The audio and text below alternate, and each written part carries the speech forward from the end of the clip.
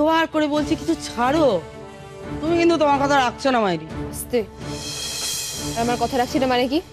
তোমার যা প্রাপ্য টাকা ছিল সব তুমি পেয়ে গেছো, বারবার এক কথা বলে না আমাকে বিরক্ত করবে না সরস্বতী। আরে বাবা, আমিও তো কত করে বলছি না, এতটুকুতে হবে না, আর একটু ছাড়তে হবে। কি গো, শুনতে পাচ্ছ না? তোমার জন্য যে কাজটা আমি করলাম, তো আমার কত রিস্ক ছিল বলো দেখিনি। সবই তো বোঝো, তোমার জন্য এত বড় একটা কাজ করলাম আর তুমি আমার জন্য এটুকু করতে পারবে না?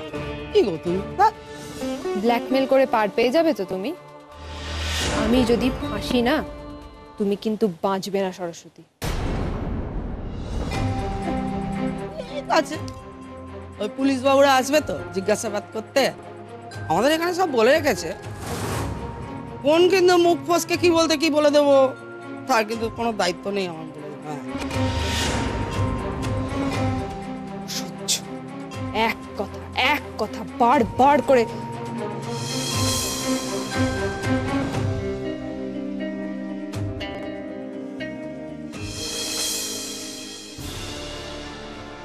এই তো আনতে হলো, তবে এতক্ষণ এত নকড়া করছিলে গেল বলো দিদি। বেশি কথা বলো না।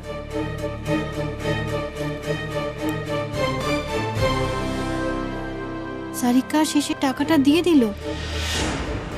আমি শিওর সরস্বতী এমন কিছু জানে যেটা সারিকা চায় না রিভিল হোক। তোমার মুখ বন্ধ করার জন্য দ্বিতীয়বার টাকা দিল। একটা কথা বুঝে না, এর পরেও যদি আমাকে ব্ল্যাকমেল করতে বা বিরক্ত করতে আসো, আমার খারাপ রূপটা কিন্তু আমি তোমায় দেখাতে বাধ্য। ঠিক আছে ঠিক আছে, দাও দেখিনি।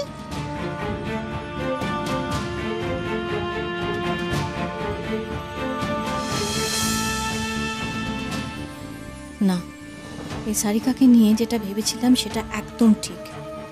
এই মেয়ে খুব একটা সুবিধের নয়, নজরে রাখতেই হবে ওকে।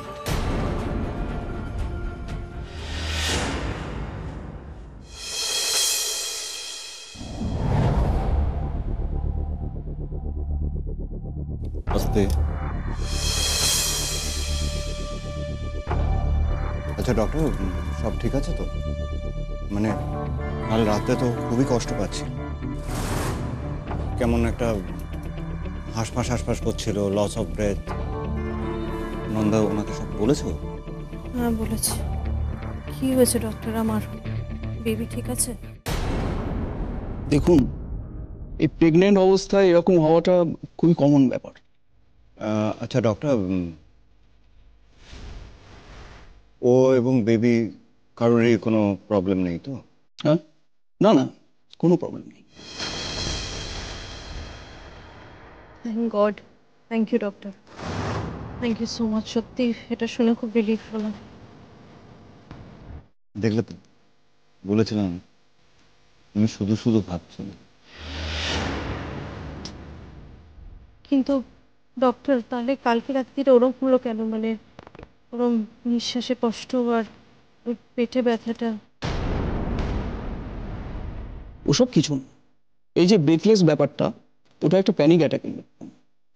আর এই সময় এগুলো হয়েই থাকে, কমন ব্যাপার। আর সবসময় বেবিকে নিয়ে চিন্তা করছেন, সেখান থেকেই এই স্ট্রেস মেবি। আচ্ছা, আমি একটা কথা বলবো, একটা সাজেস্ট করছি।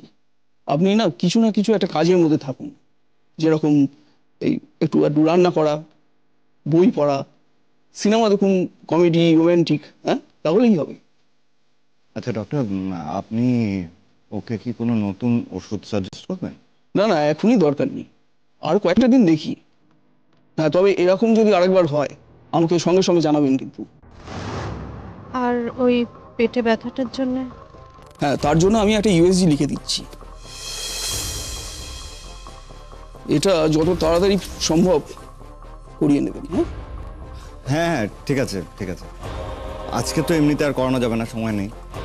আপনি লিখে দিন, আমি করি না।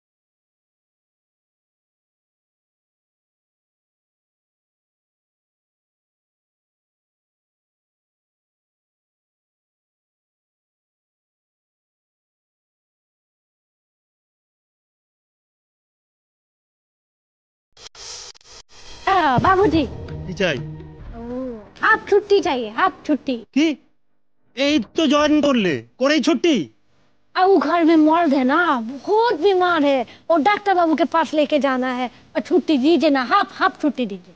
ঠিক আছে যাবে আগে কাজ শেষ করো তারপর যাবে धन्यवाद धन्यवाद भगवान धन्यवाद। अब काम करे ঠিক আছে কাজ করো।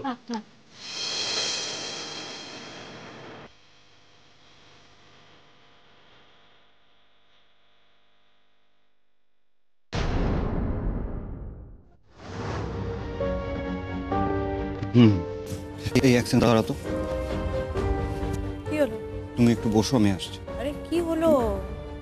আরে আমার ফোনটা মনে হয় ডক্টরের চেম্বারে ফেলে এসেছি। তুমি বসো না, আমি নিয়ে আসছি। ঠিক আছে নিয়ে এসো, আমি ঠিক আছি, আমি ফাইন। ঠিক আছে? হ্যাঁ হ্যাঁ হ্যাঁ নিয়ে এসো।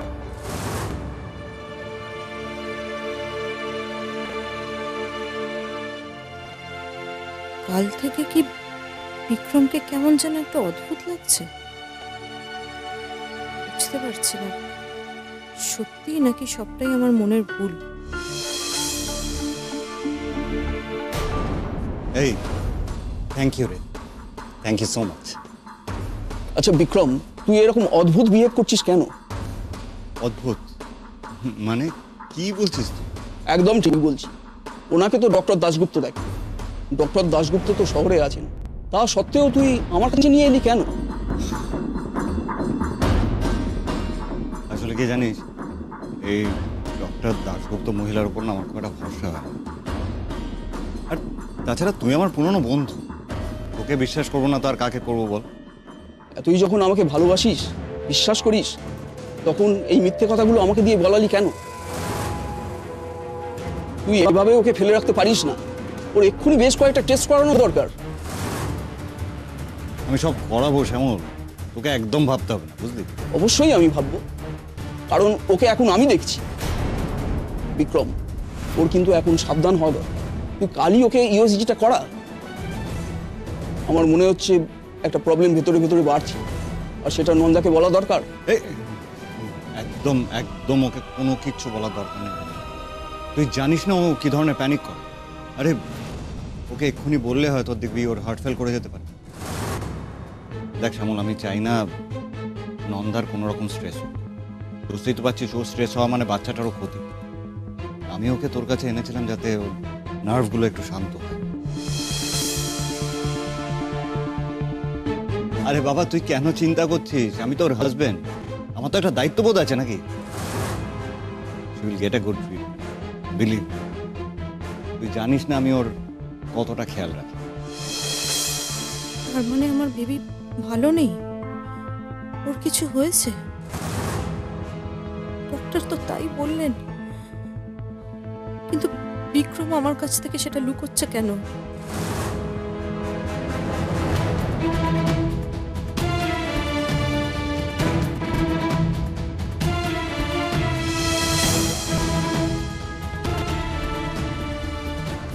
ও কি এখনো আমার ক্ষতি চায়?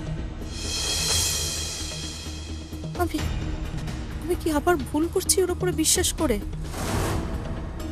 বিক্রম কি সত্যি আমায় স্ট্রেস দেবে না বলেই এটা করলো? জানি না কি করবো, আমার কিচ্ছু। বিক্রমকে জিজ্ঞেস করবো? না না না, আবার মনে হয় না ওকে দরকার আছে যে আমি সবটা শুনেছি। আমাকে কিছু একটা করতে হবে।